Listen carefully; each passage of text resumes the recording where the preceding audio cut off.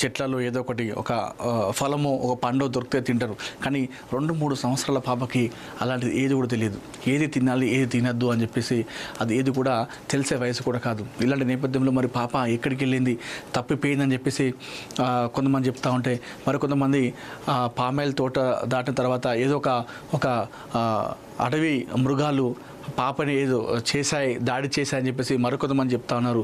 అదే కాకుండా మరికొంతమంది చూస్తే పాప ఖచ్చితంగా కిడ్నాప్ అయింది, ఎవరో కిడ్నాప్లు చేశారు, ఆ చుట్టుపక్కల ఉన్నటువంటి వలస కూలీలు ఎవరో ఒకరు పాపను కిడ్నాప్ చేసే ఉంటారని చెప్పేసి మరికొంతమంది చెప్తా ఉంటే, ఇది ఆ పేరెంట్స్ ఎవరైతే చిన్నారి తండ్రి ఉన్నారో ఆ తండ్రికి గతంలో వేరే వాళ్ళతోని కక్షలు పగలు ఉన్నాయట ఒక కారు విషయంలో, వారే పాపను అపహరించారని చెప్పేసి మరికొంతమంది చెప్తా ఉన్నారు. మరికొంతమంది చిన్నారిని క్రూర మృగాలు తినేసి ఉంటాయి అని చెప్పేసి మరికొంతమంది చెప్తా ఉన్నారు.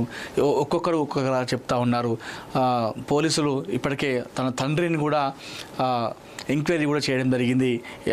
పాప గురించి తప్పిపోయినప్పుడు మీరు ఎక్కడ ఉన్నారు, ఏం చేస్తున్నారు, ఆ తర్వాత ఎప్పుడు కంప్లైంట్ చేశారు పోలీసులకి, గతంలో ఏదైనా గొడవలు ఉన్నాయా, ఎవరితో అయినా కక్షలు ఉన్నాయా, పాత పగలు ఉన్నాయా, మీ బంధువులు మీతో ఎలా ఉంటారు, వారితో ఏమైనా విభేదాలు వచ్చాయా అని చెప్పేసి ఆ కోణంలో కూడా తన తండ్రిని కూడా పోలీసులు విచారిస్తున్నారు.